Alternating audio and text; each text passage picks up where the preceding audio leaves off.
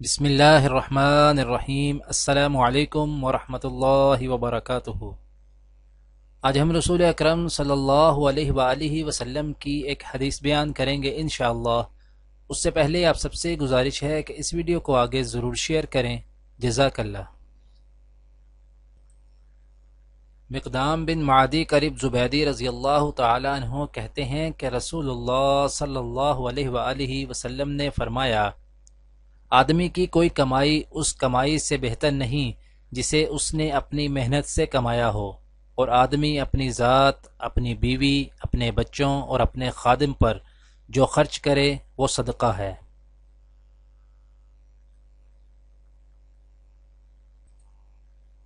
دعا ہے کہ اللہ تعالی دنیا اور آخرت کی تمام بھلائیاں عطا کرے، عمل کی توفیق دے۔